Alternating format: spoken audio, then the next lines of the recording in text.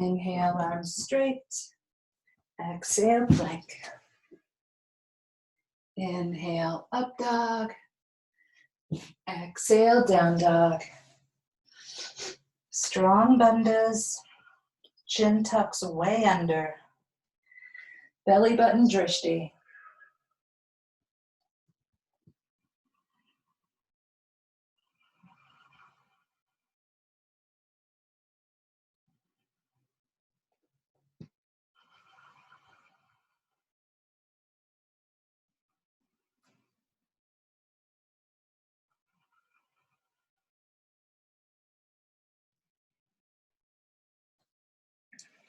Next inhale, walk or jump.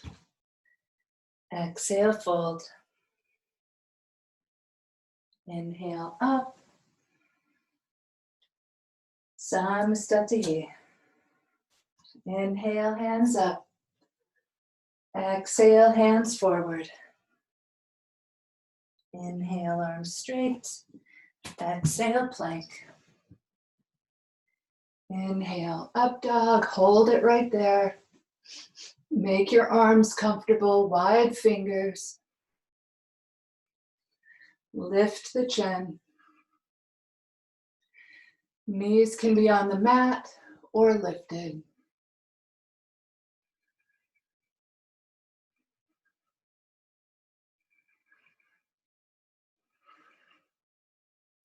The gentlest way into down dog is come down onto the knees, pull the hands back a couple of inches, tuck the toes under, and then lift the hips. Center the feet, right leg way up, ball of the foot toward the ceiling. Drishti is now the left leg.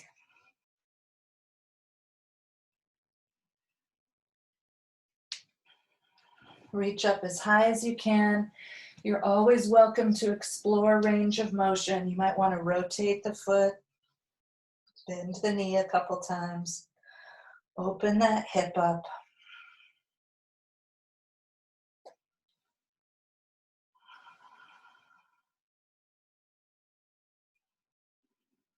Choice one, take the top foot, put it down with the bottom foot, then inhale, hop forward. Choice two, keep that top foot up high, inhale, hop the bottom foot forward, exhale, fold.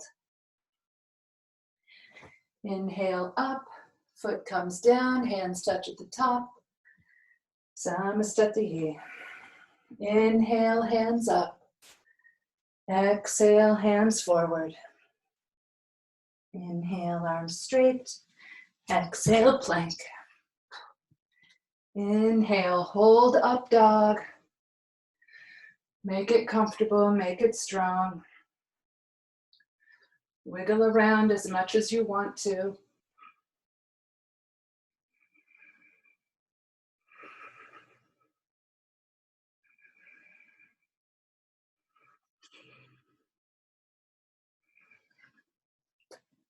It's an exhale to down dog. Feet come together. Shorten the stance so it's super comfortable. Second leg up. Drishti is the right thigh. My left leg is high.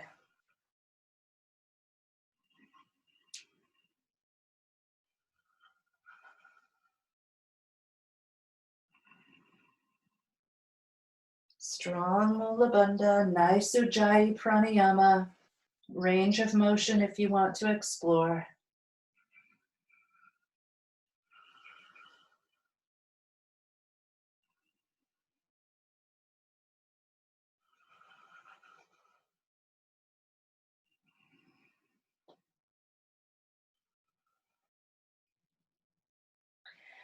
Either exhale the foot down, inhale, hop forward, or keep the foot up, inhale, hop forward. One foot is on the floor, one foot is high, exhale, fold. Inhale, head up, foot comes down. Samastati. Inhale, hands up. Exhale, hands forward. Inhale, arms straight. Exhale, plank. Inhale, up dog. Exhale, down dog. Choice 1, regular down dog. Choice 2, whatever you want. Choice 3, both feet in the air.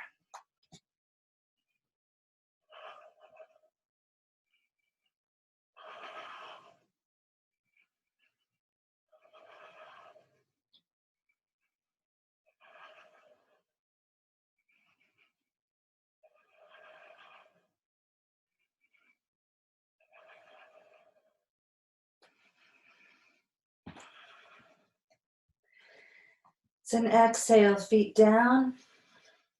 Inhale, hop forward. Exhale, fold. Inhale, up. Samastatihi. Bending the knees. Inhale, hands up. Exhale, hands down. Inhale, arms straight. Exhale, plank. Inhale, up dog. Exhale, down dog. Right foot, inhale, up, warrior 1. Exhale, hands down. Inhale, up dog. Exhale, down dog. Left foot. Inhale, up, warrior 1. Exhale, hands down. Inhale, up dog. Exhale, down dog. Pull your hands back close enough to the feet that your feet have a lot of weight in them.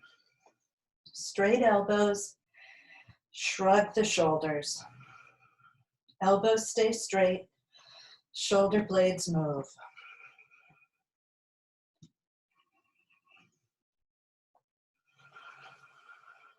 And then stop the shrugging and tuck your chin way under. Actually try to see your belly button.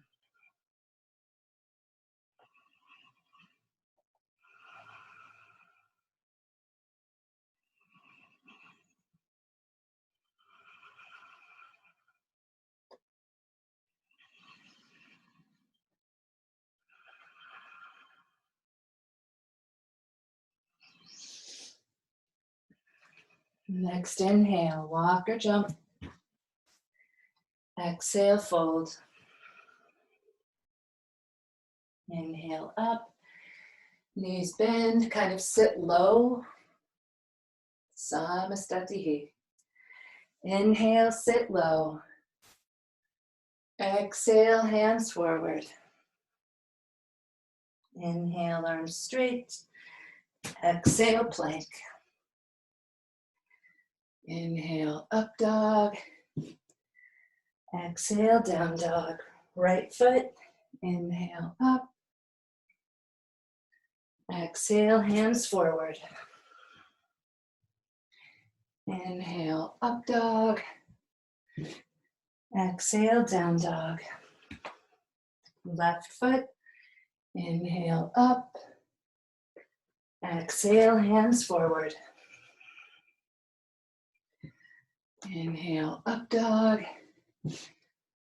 Exhale, down dog. Choice 1, it's always the same choice. Do whatever you want. Choice 2, right kneecap up toward the ceiling.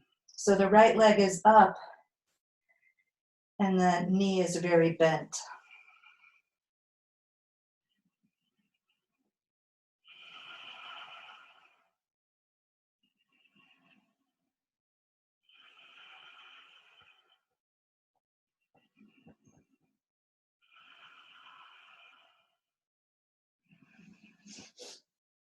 Switch feet, left kneecap up toward the ceiling.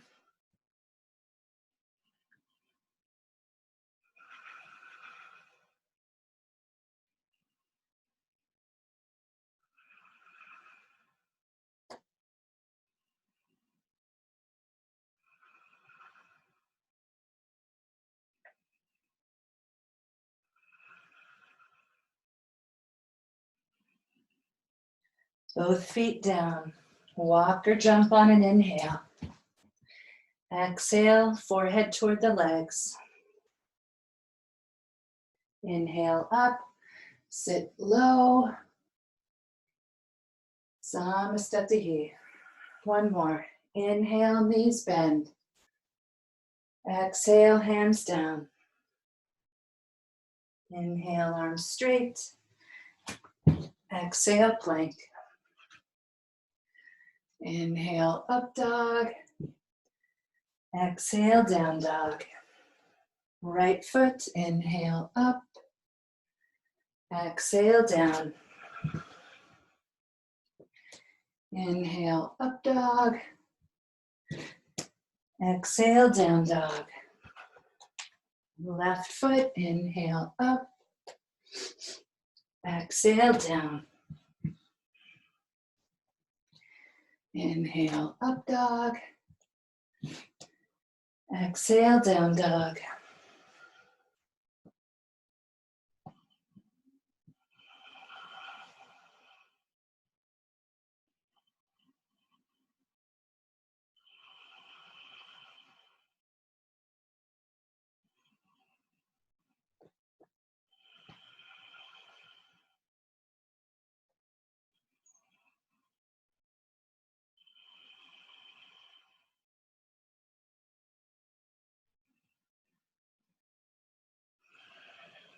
Next inhale, walk or jump. Exhale, fold. Inhale up, sit low. Samastatihi. Beautiful. It's an inhale, pick up that right big toe. Utthita Hasta Padangustasana. Keep the right arm straight. It's okay to bend that right knee, but keep the right arm straight. You don't have to try to touch your head or anything. See how straight you can get the standing leg.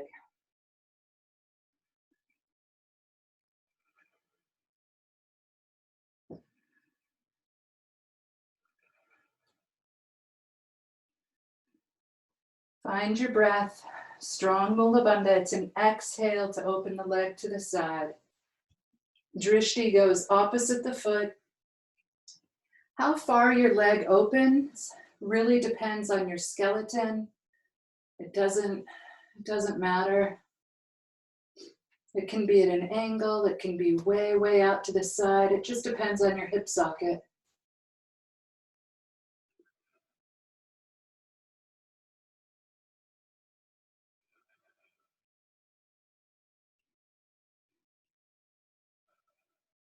And inhale that leg forward. Exhale, release. Side two. Inhale, grab up that left big toe. Left arm is straight, and I'm trying to get my standing leg straight. If the left knee comes straight, that's bonus.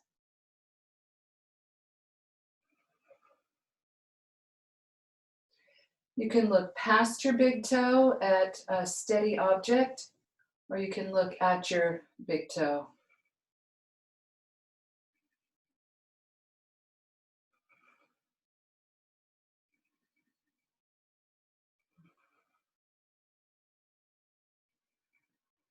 Strong bandhas. It's your own exhale to open that leg to the side. And you can use the entire length of the exhale for the movement.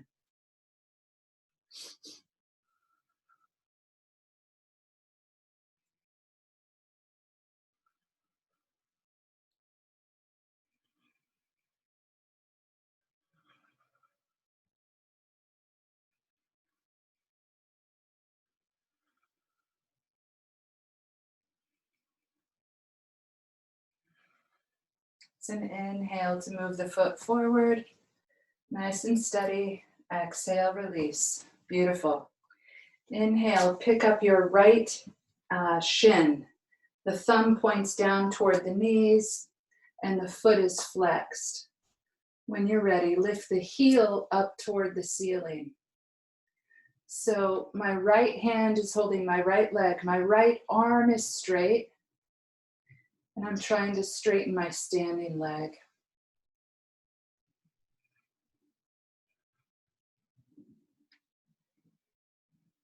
It's an inhale to stand up, still hanging onto the foot. Exhale, release the foot. Left hand aggressively grabs my shin. And lift your heel when you're ready. I don't think my left hand knew where my leg was. It kind of ran into it.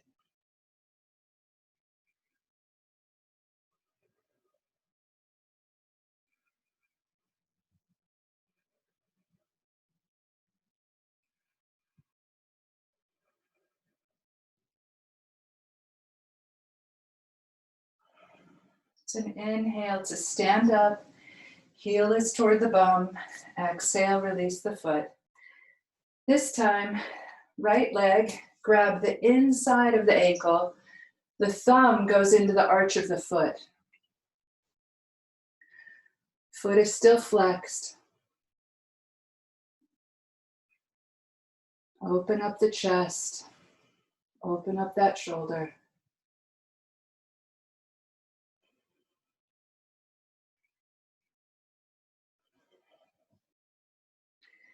It's an inhale to standing. Exhale, foot down. Left hand grabs the inside of the left ankle. Thumb is on the arch of the foot. Heel toward the ceiling.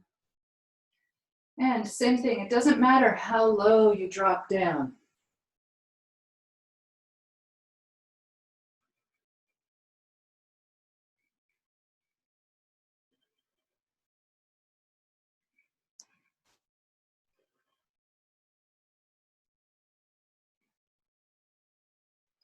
It's an inhale to standing. Exhale, release the foot. One more. The hand goes right over the tips of the toes. The foot is extremely pointed.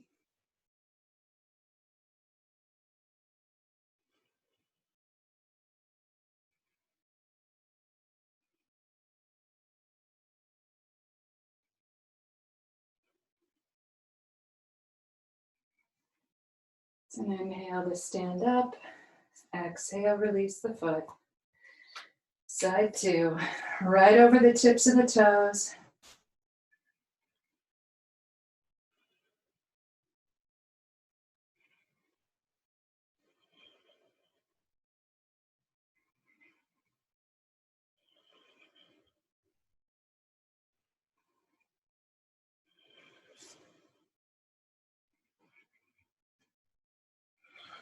It's an inhale up.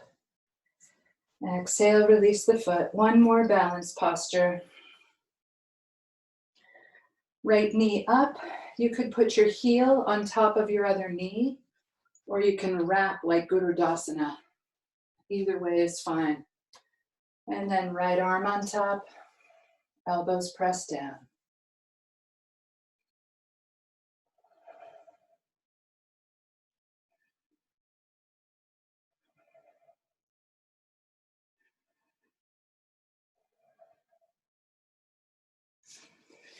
It's an inhale to stand up. Exhale, Samastatihi. Inhale, second leg up. Left elbow is on top. Either the heel stacks on the knee or the legs are wrapping.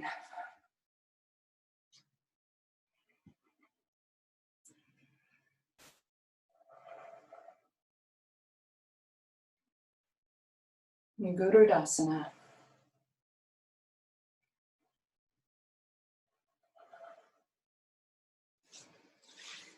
It's an inhale to stand up. Exhale, Samastatihi. Inhale, hands up. Exhale, hands down. Inhale, arms straight. Exhale, plank.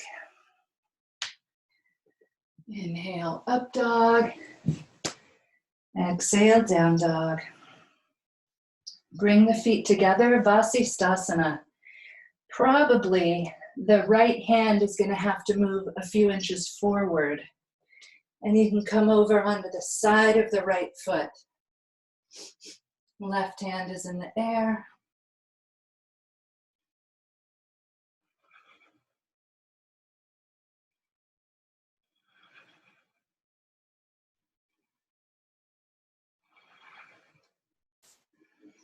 It's an exhale down. And inhale, right arm up, second side. Vasisthasana.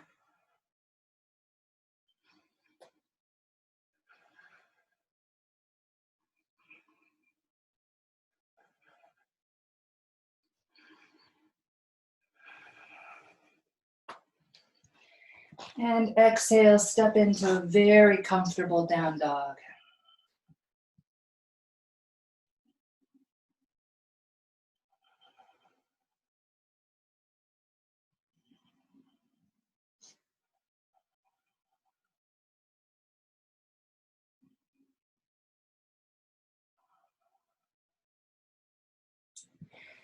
This time you can come down onto the right knee, and it's going to be at any sort of angle that it wants to be, and then pick up the left knee and hang on. It's kind of weird, but it's good. Take a couple breaths, come down onto the left knee, pick up the right knee. When I'm on my knee, I can't get my hips oriented toward the ceiling. It's a very different stretch. And if you want to try that up on your foot, it's the sole of the right foot. It's almost like Wild Thing. Wild Thing would be a really good thing to do here. Anyway, the pelvis is oriented toward the ceiling, and then you pick up your knee. And if it's really, really easy, you pick up your foot. You can tell by my voice that it's not really, really easy. Vishwamitrasana.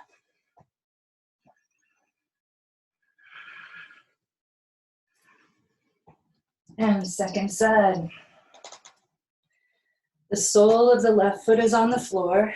Either go into Wild Thing or pick up your right knee or pick up your right big toe.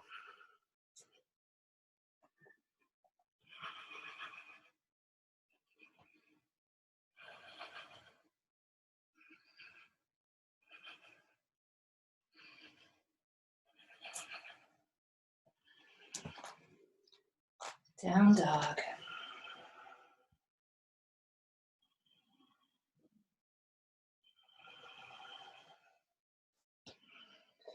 Next inhale, walk or jump. Exhale, fold. Inhale up. Samastatihi. It's an inhale. Open for triangle. Regular. Hi Maria. Hi Maria. Hi Maria. I love you both. Regular old triangle. Utthita Trikonasana. My translation is regular old triangle.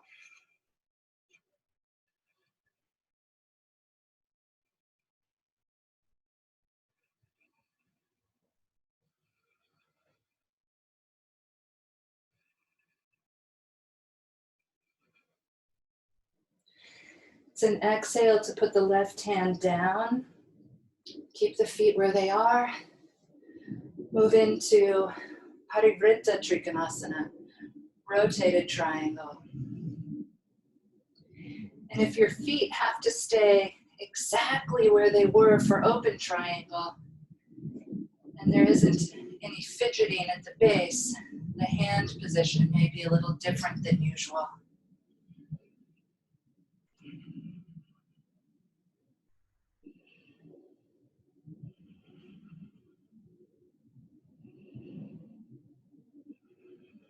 Feet stay, top hand comes down. Fingers walk away from the foot, head to the leg.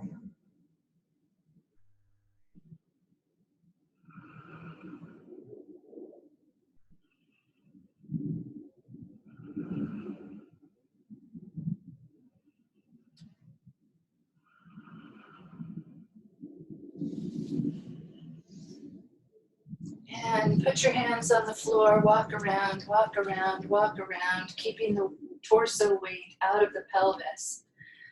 First two fingers take the left big toe. It's Vinyasa. I don't really care what your hand is doing. You could hold your ankle. You could have your hand on the floor. I just automatically went for the traditional hand hold.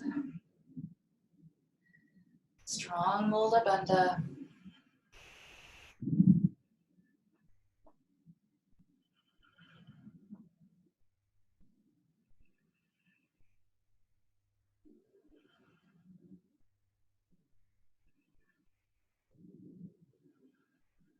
Feet stay exactly where they are. It's an exhale to put the right hand on the floor. Left arm lifts up. Parivrtta Trikonasana.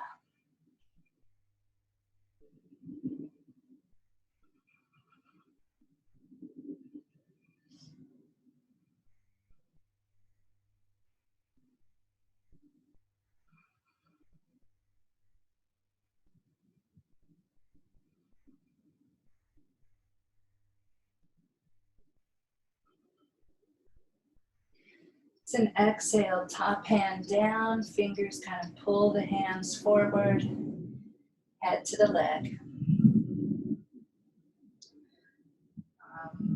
Parsvottanasana. Yeah, Parsvottanasana.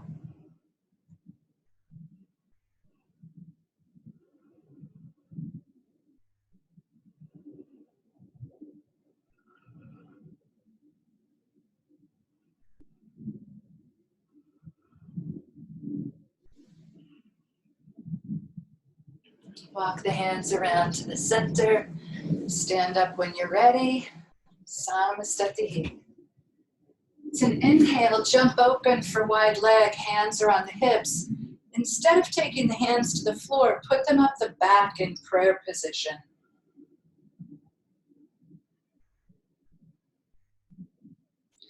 And use an exhale, fold forward. Strong quadriceps.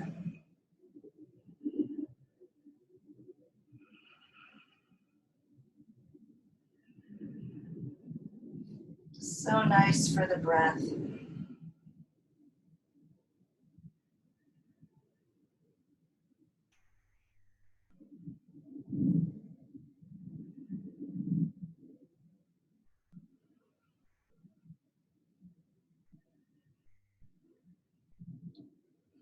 Stay low, undo the hands, interlace them, and take them over for Prasarita Padottanasana C.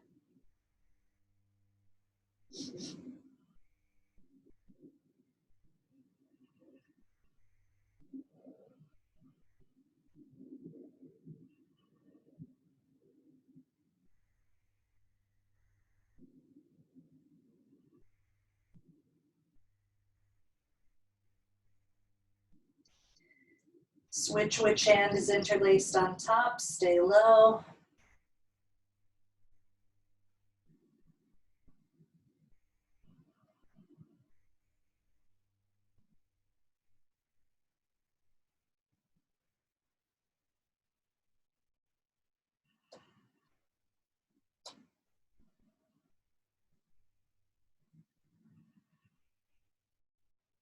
And then stay low, release the hands.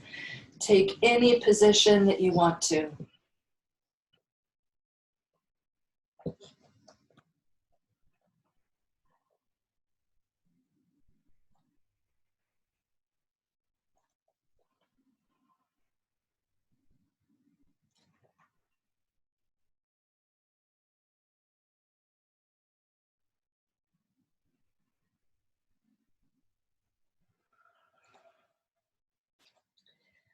Come up on your own onto straight arms. Walk your hands forward. Keep your legs where they are. And feel that stretch along the outside of the heel, the outside edge of the Achilles, the outside edge of maybe all the way up the legs. And then hands walk back, stand up when you're ready. Samastatihi. Inhale, hands up. Exhale, hands down. Inhale, arms straight. Exhale, walk or jump back to plank. Inhale, up dog. Exhale, down dog. Right foot steps forward. Come down onto the back knee. Try to get your right hip really close to your right heel. So the right foot is in front and the left hand is on the floor. The right hand goes onto the right knee. Press, get a little bit of a twist. Nice stretch in that back quadricep, accentuated by the twist.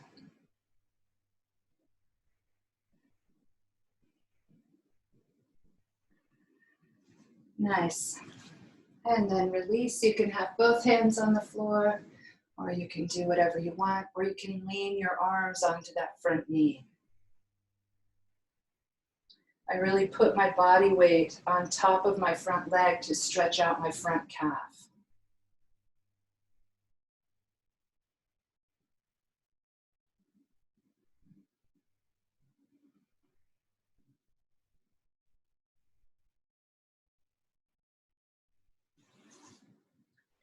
And then lean the hips back. So now the hips are above the back hip. And maybe take one elbow or both elbows to the floor. Head hangs.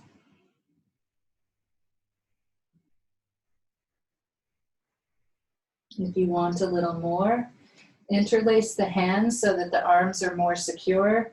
You're going to be on the front foot, both forearms, and press into that back heel. And the lower you drop your hips, the more dynamic it becomes.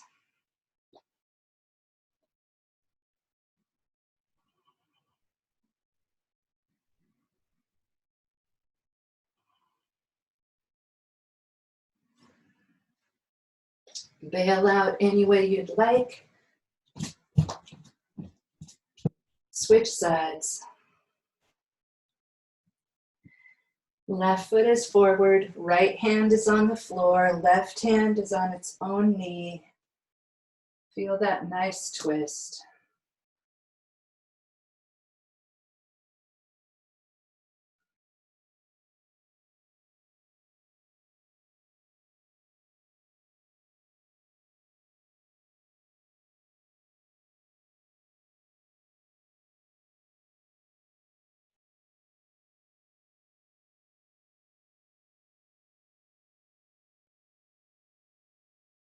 And then lean onto that front leg. I don't really know if this is what we did second or third. That's good though. Do whatever you want. You don't have to know what's going on. Do you know how much solace I take in the fact that I don't have to know what's going on? Like that's where I live.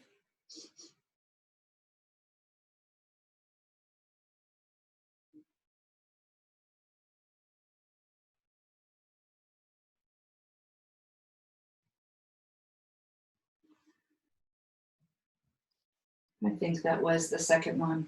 And then go ahead and lean back. Hips above that back knee. Square of space. Interlace your hands if you want to lift up onto the back foot.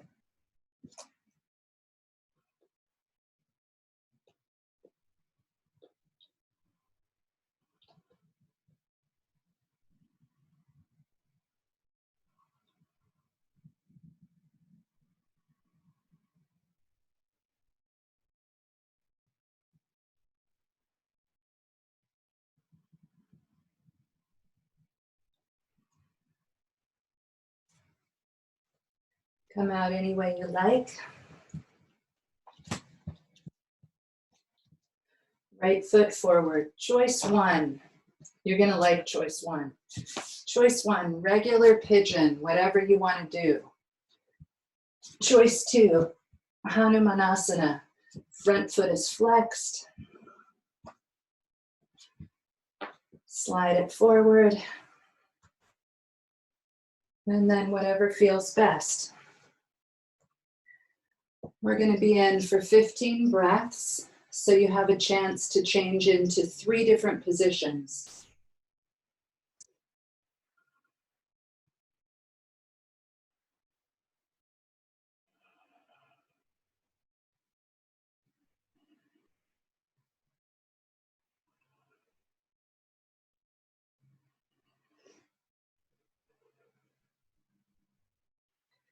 If you want to change it up, move into your second position.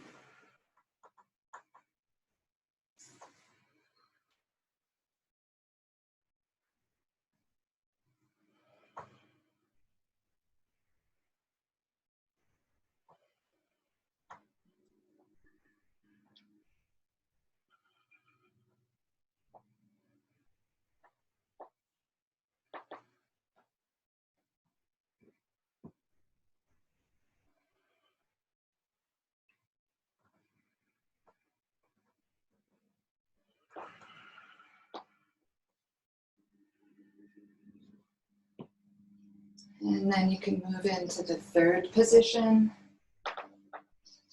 Whatever you want to make up is great.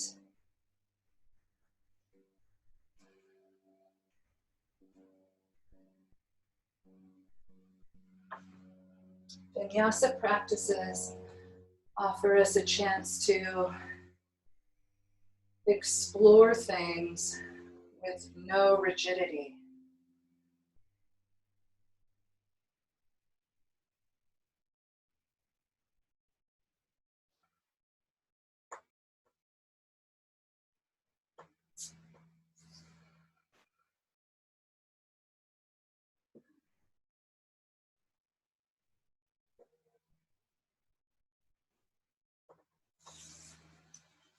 And release. Any way you'd like to trade legs, go for it.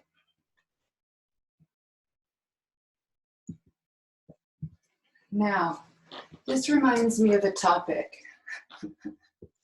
Should we always do the same thing on both sides? And the answer is, I don't care. It's totally up to you. I've had pulled hamstrings before, one at a time, and I tend to not hold back on the side that's still working well. Other people, if they practice, a good friend of mine, if they practice differently from side to side, their pelvis becomes like wonky. That's a super technical term. Their pelvis becomes wonky and they feel really unbalanced, and sometimes their back will ache. So whatever they do on one side, they make sure that that's what they do on the second side. I am made more of like granite, so I feel like I can get away with practicing a little bit differently if I'm working around an injury. Second position.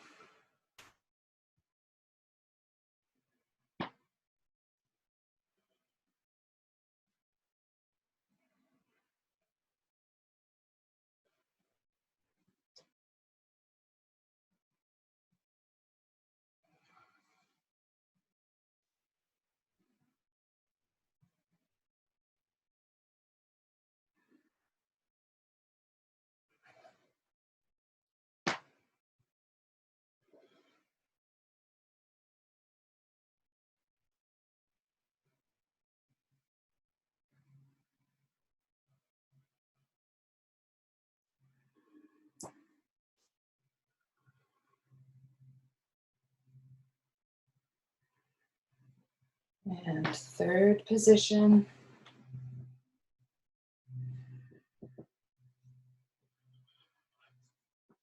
I feel like both with American Pigeon and Hanumanasana, there's so many options. Forward folding, back bending, twisting, adding on flourishes.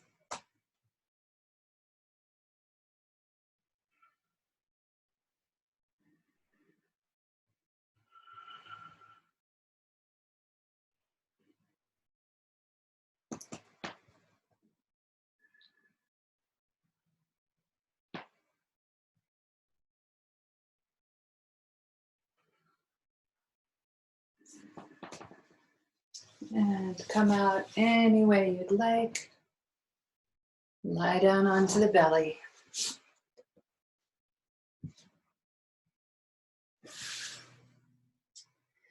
Bend the elbows, hands go under the chin.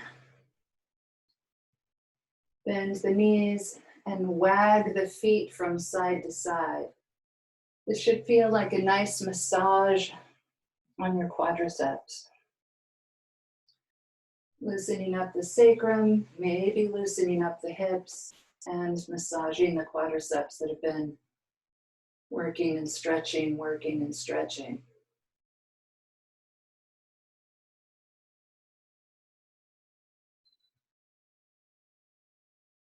Beautiful.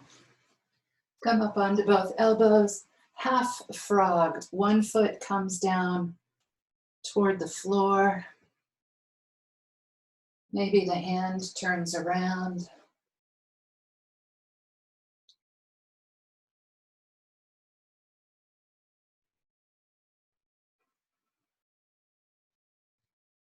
Nice strong position for the shoulder. Fully closed knee. And switch sides. Ardha Bakasana, half frog.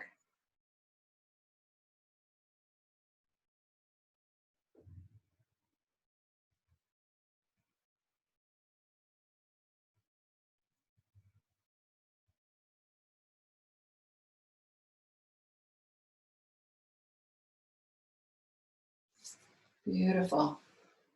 And up dog. Nice straight elbows. Make it comfortable.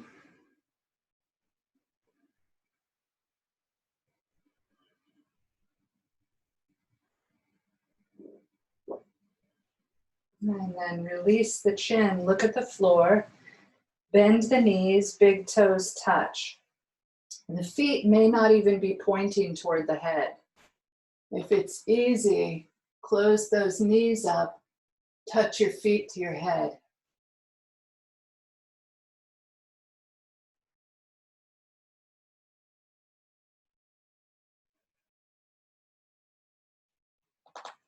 Nice, press back into child's pose.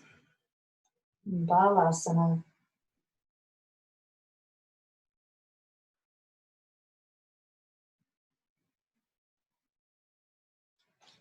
And when you're ready, come on up onto the shins and the knees.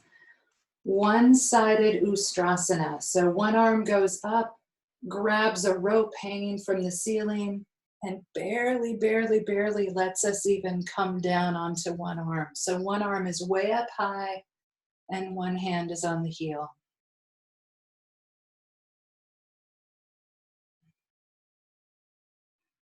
That top arm, if you love this posture, it can go back parallel to the floor. And then throw the arm forward to lift yourself up. If that seemed extreme, you could come up onto the balls of the feet. Sorry, I forgot to mention that. Side two, one arm up, other hand to the heel. By having that bit of a twist at the top part of the rib cage, it helps keep any pressure out of the lower back. So one shoulder, my high shoulder that's hanging onto that rope up at the ceiling, that shoulder is higher than the other one. And then if I want to open the arm, palm up, and go parallel to the floor, my shoulders start to come more into the same plane off the floor. Throw that hand forward. You could take a vinyasa. You could go into child's pose.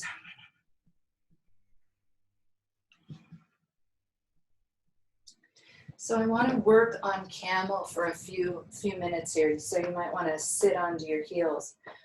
When you sit down onto the heels, your knees usually go as wide as they like to be. So some people who have inwardly rotating hips, their knees are going to be really close together. People who have outwardly rotating hips, their knees are going to be wider. So whatever you got from that, tailbone tucks in between the femurs. Lean back and grab your heels. So my toes, my big toes can actually touch and my knees are wider. Just see what is, if you were sitting on your heels, see what you get for a camel out of that base.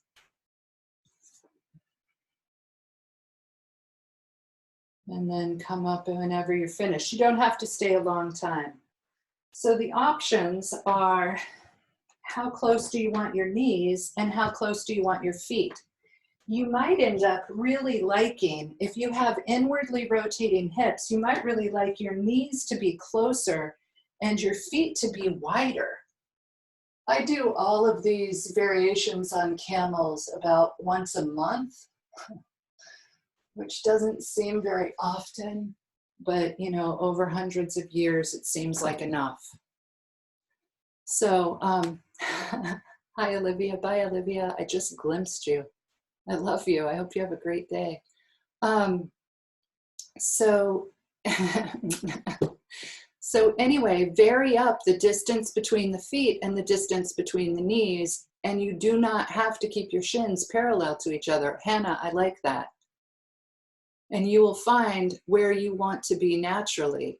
I kind of like my shins parallel to each other, and I like my knees a little bit wider than most people. I love you, Maria. Have a beautiful day. I'll see you later. Adios, amigos. I know, I have an accent. I have 2 words and an accent.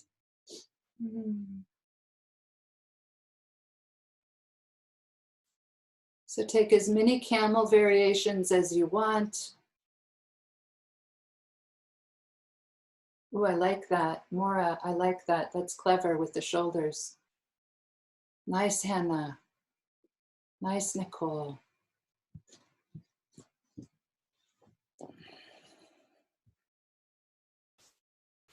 Nancy, I really like the view that you've given me. There's the chakras, there's the beautiful wispy curtains, and then all that beautiful sunlight and greenery outside. Nice, Nava. Very nice. Did you want to talk? Yeah, go ahead. What was I doing with my shoulders? Because it wasn't intentional. Oh, you, instead of having your shoulders go back like this, you had turned them more open. So instead of your fingers touching the outside of your ankles, you had rotated so your fingers were touching like the inside of your heels.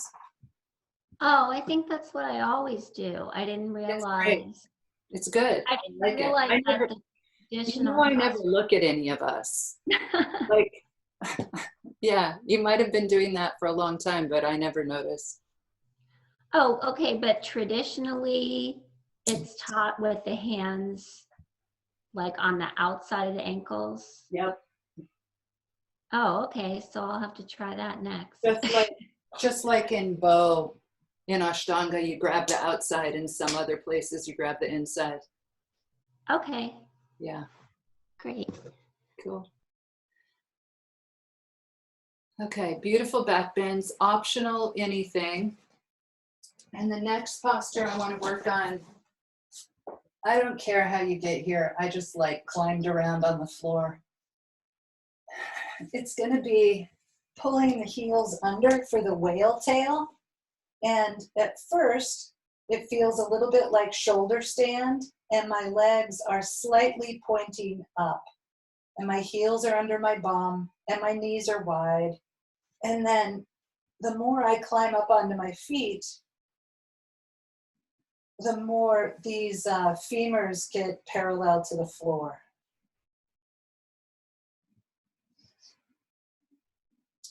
Maura, this might not be good for your foot. Don't do this.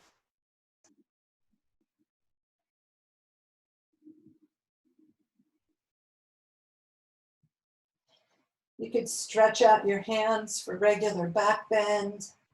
You could go up onto your head if you really like Setu Bandhasana. You can wag the knees from side to side.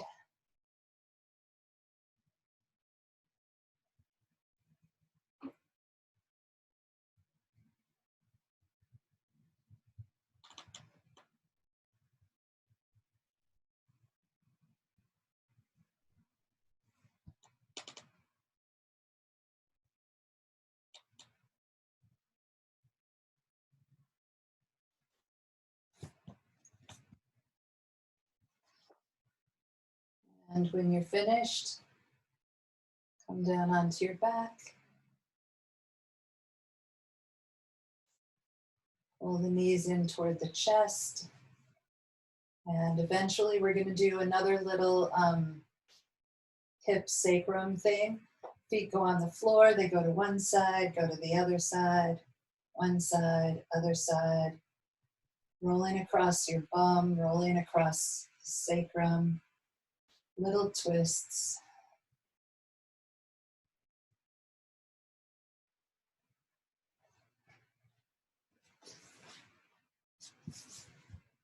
Here's a nice warm-up for back bend.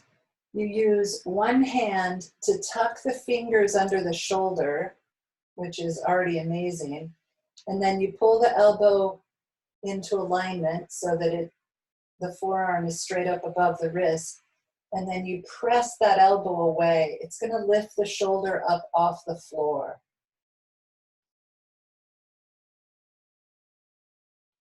You may have to retuck your chin.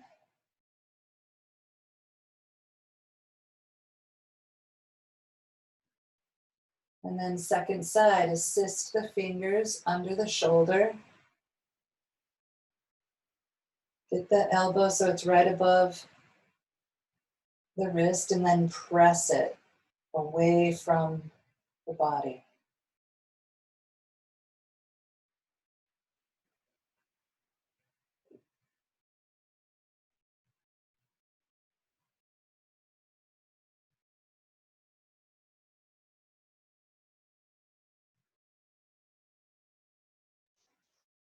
Beautiful. Half back bend, full back bend, anything you want to do. It doesn't have to be a back bend.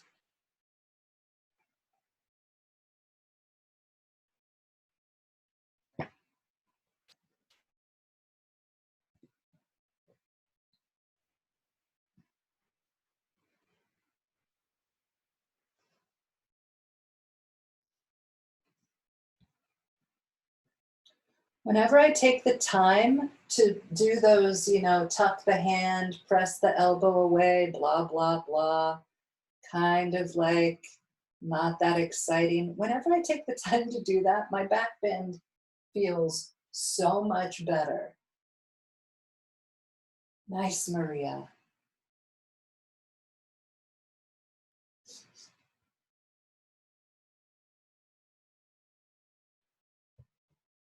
Take as many back bends as you want.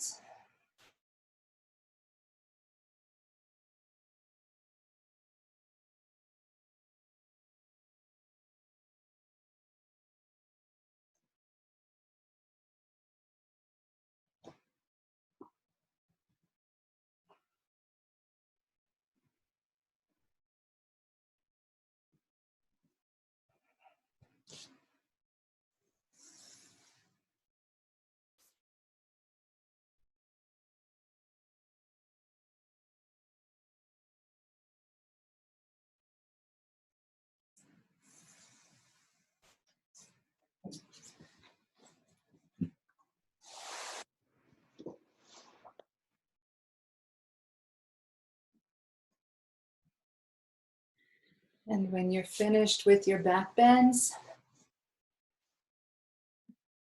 take a nice seated forward bend. And if at first you don't feel like you can get that far into your forward bend, don't even worry about it. We haven't been doing forward bends this practice. So just let yourself hang out.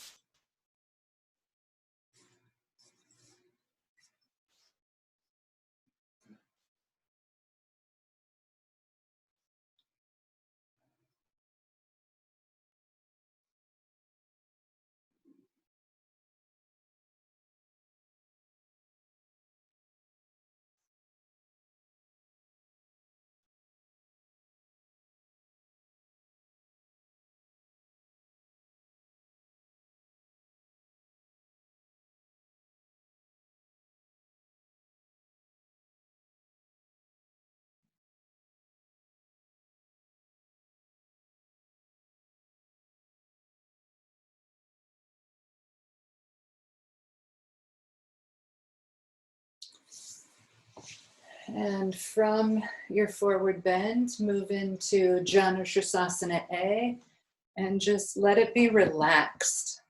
You don't have to have your foot clear up against the beginning of your leg. It can be anywhere. And you can have your hands on the floor, elbows on the floor. Let it be relaxed.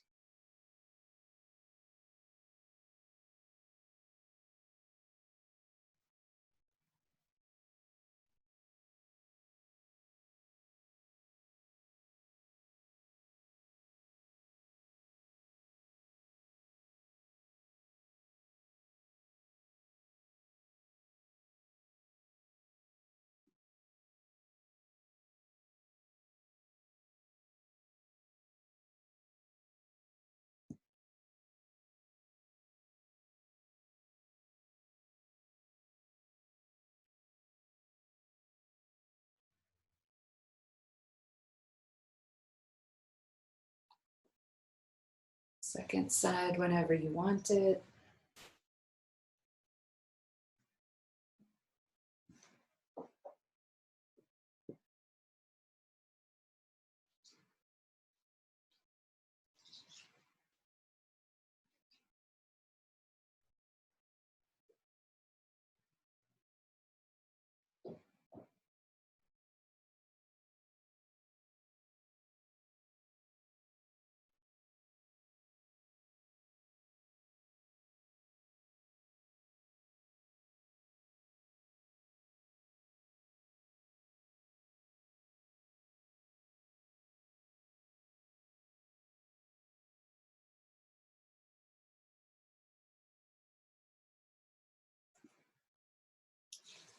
Beautiful. And then Baddha Konasana. I like to cross one foot into the arch of the other foot.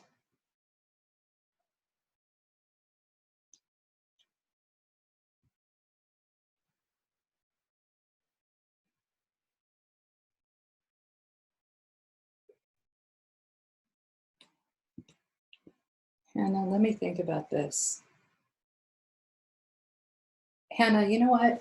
Do one foot Baddha Konasana and do one leg bent like Trianga so that you have that internal rotation. Because the internal rotation on one leg is going to accentuate the external rotation on the other one. And then if you fold forward, even if you have to go way, I mean, you might not want to go center, go anywhere that you feel like you can. Yeah, yeah. Look at that sacrum. Hannah, look at that sacrum. I'm dropping lilac petals all over you.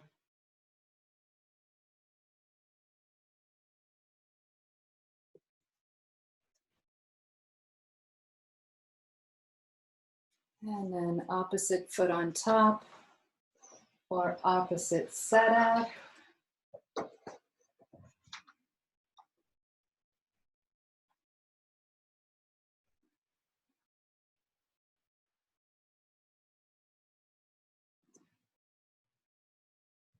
Bill, did you catch this? Look at this. Instead of Baddha Konasana, I have one leg in Trianga and the other foot, it's more like Bharadvajasana. It's more like, it doesn't really have a name. And then instead of going to the center, go out over that knee and see if that feels more, I think, look how low you are. Okay, yeah, do it, Maura. Maura's like, oh yeah, now I'm a pancake. Nice, Nava, nice, Maria, nice, Nicole. Okay, so now if you haven't tried Hannah, we're gonna call this Hannah's invention. If you haven't tried Hannah's invention, go ahead and try it. So one foot is next to its own hip, the knee is bent like Trianga, and then one foot is in, kind of whatever, but it isn't clear up in half lotus or anything. I have it out by my knee, and then lean forward. And you're not gonna go over your foot. You might end up out toward that bent knee, toward the Janu knee a little bit. It's kind of a wide open hip, sacrum happiness.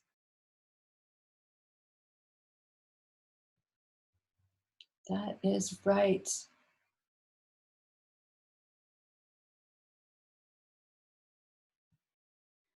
Good dog, Bowie.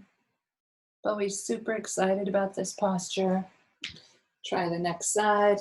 So for some of you, you may not feel a stretch at all, but check on the sacrum and see if there's like added space in there. It's a super subtle twist for the sacrum. Bowie, Bowie, Bowie, Bowie. And then there's one more posture that we did last week that I wanted to do again. And it's ridiculous. So I'm going to give us a couple of options. So the posture is actually, okay, if this is my samastitihi, now I'm going to do exactly that on the floor. So let me scoot around a little bit. So I'm straight and my feet are flexed. And it seems a little ridiculous, but you know what? It feels amazing on that shoulder. And I feel like the balance comes from the flexed feet and possibly open your fingers on that hand that's buried under your body. And it's okay to let the head touch the floor if you're comfortable. Yeah. You know how people call that other thing dolphin pose? I don't know. This might be dolphin pose.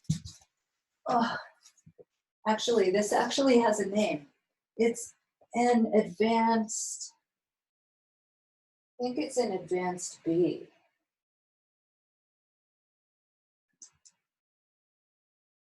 I'm going to find it. It's Samavritti, I think. Samavritti asana. Anyway, one side, other side, I found it. Samasana. Samasana. It means balance. Same. Sama means same or equal or balanced. I'm on my second side. Maura, it was 100 times easier this week.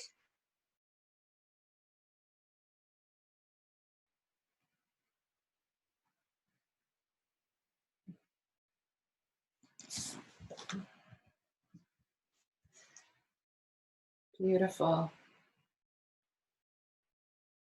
Beautiful.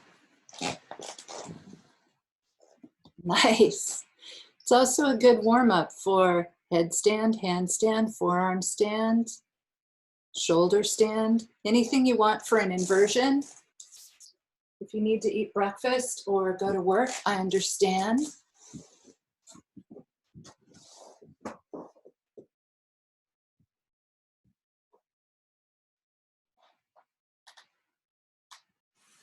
Beautiful.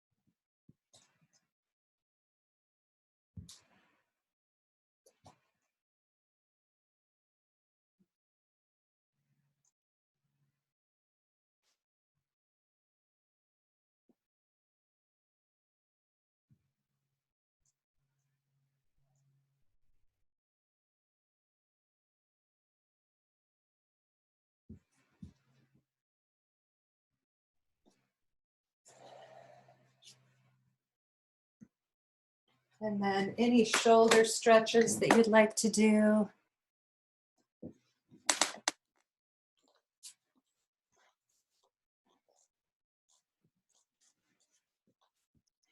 Any twists.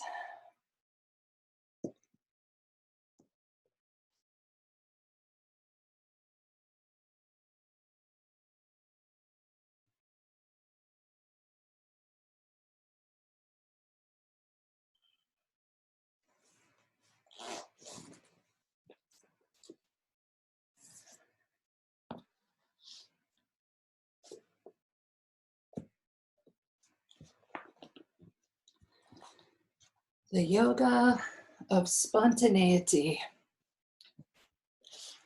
I forget the name of that.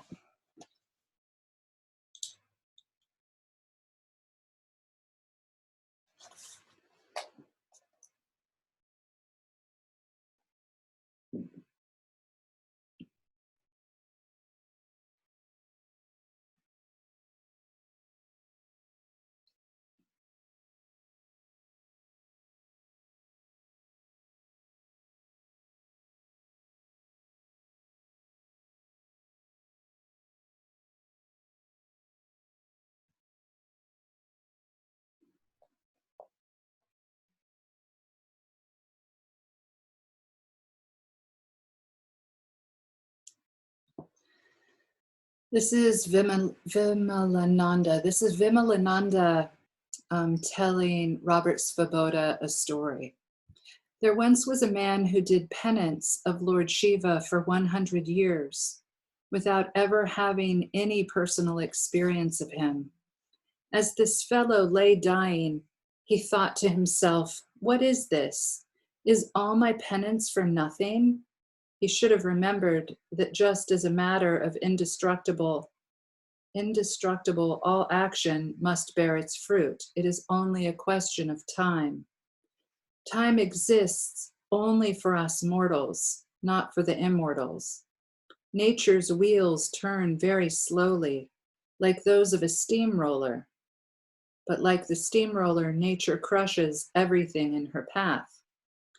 The man was reborn as a bee. He forgot the mantra he was repeating. He forgot his ritual. He forgot everything. But at the back of his mind was the lingering tendency to worship Shiva. At least that much carried over from his previous life. It was probably this lingering tendency which led the bee to fly one day to Benares, Shiva's chief city. He reached the garden of a merchant and, seeing the beautiful lotuses there, began to suck their nectar. He had forgotten all about Shiva and everything else. He was thinking only of nectar.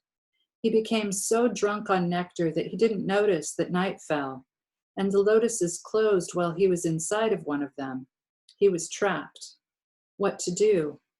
He had to wait until morning to escape.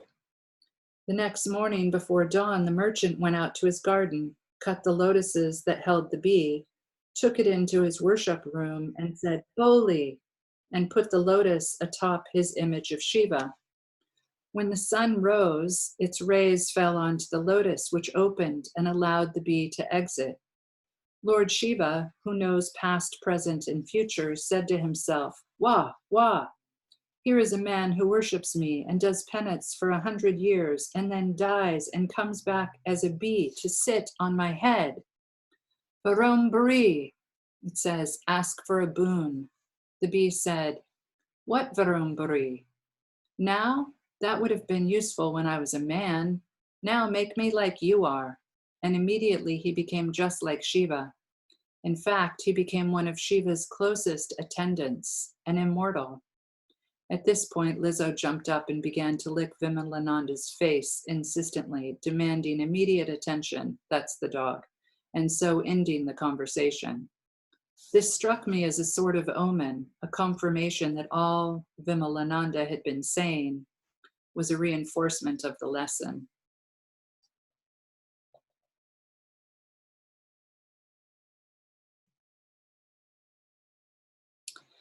During the afternoons at Vimalananda's, the conversations usually revolved around the race course, since most of the people who dropped by to see him at that time were interested in the hot tips, which are the sustenance of those who gamble on horses.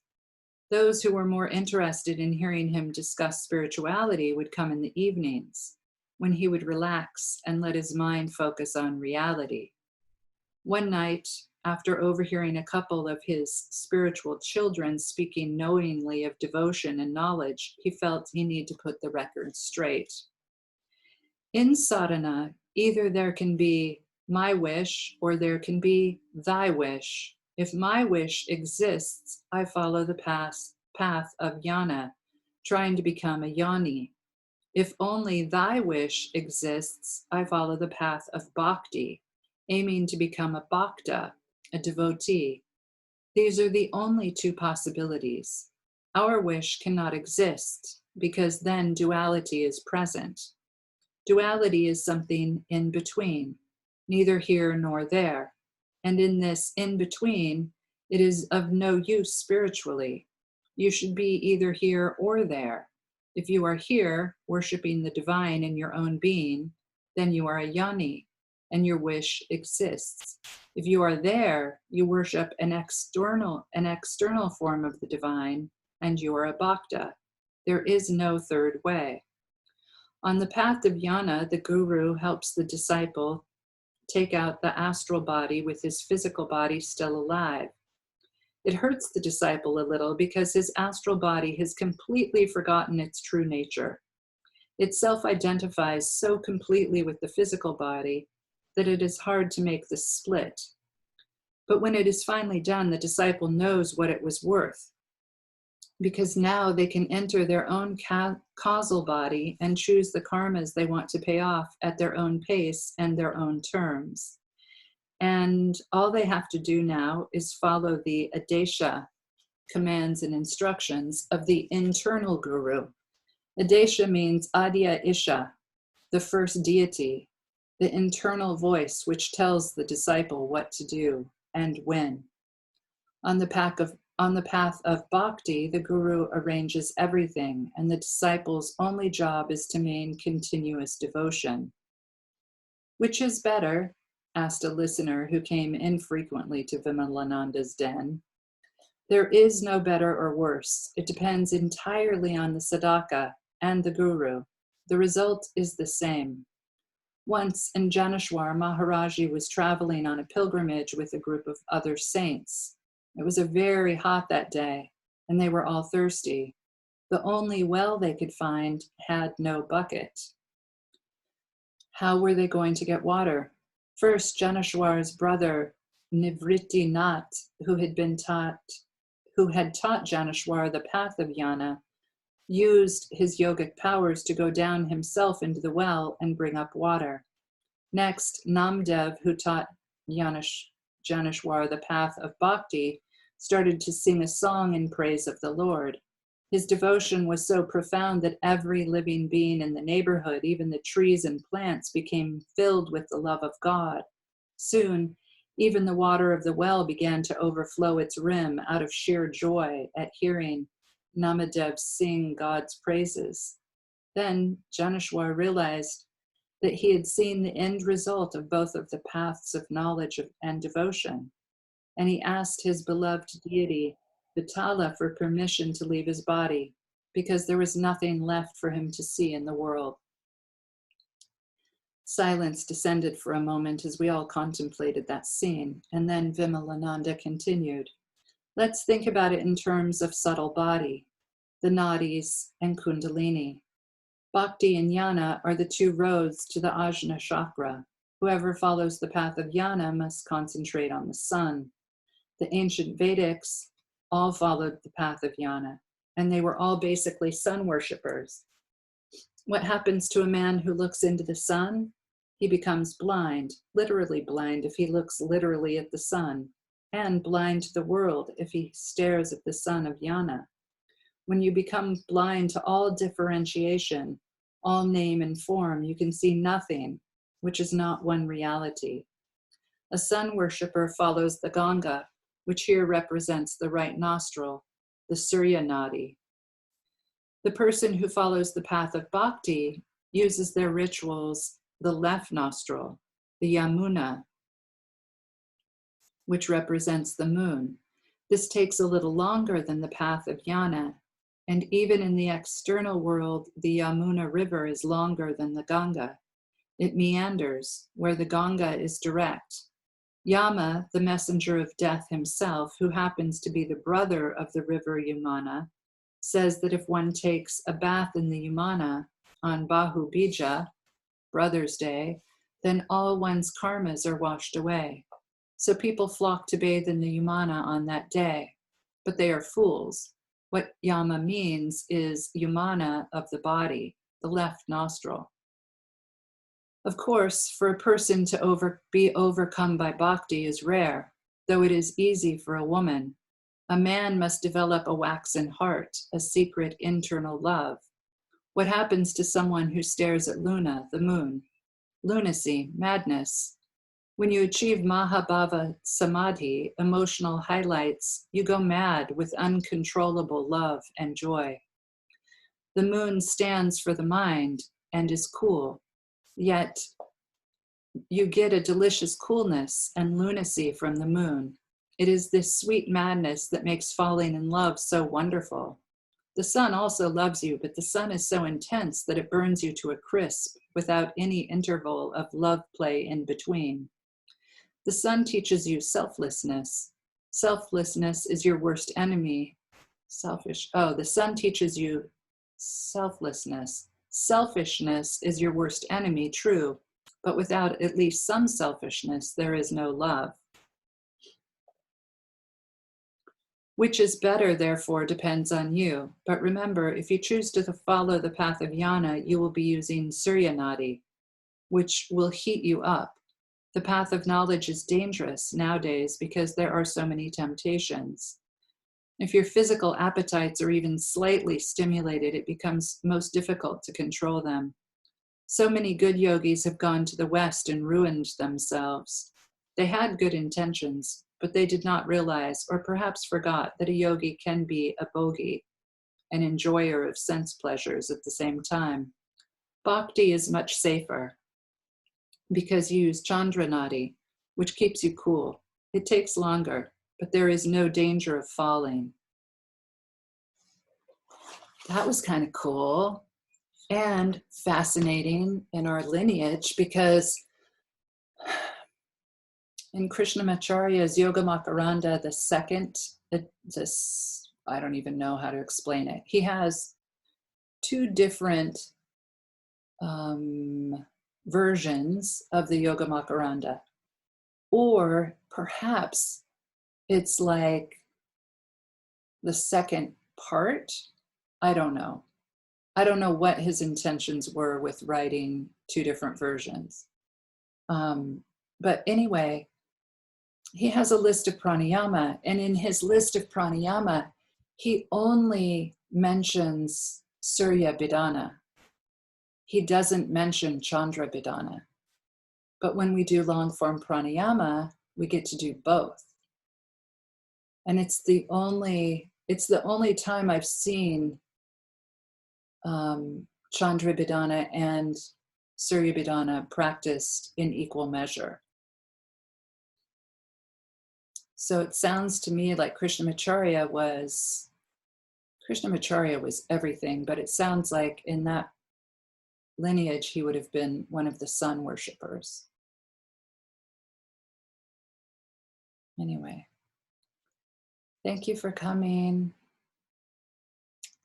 I hope you feel great. I hope you have a beautiful day. I love you. Thank you, Nancy. Love you. Thank you. I love you. Bye, Maura. Bye, Nancy. Bye, Maria. Bye, Martha. You too. Bye, everybody.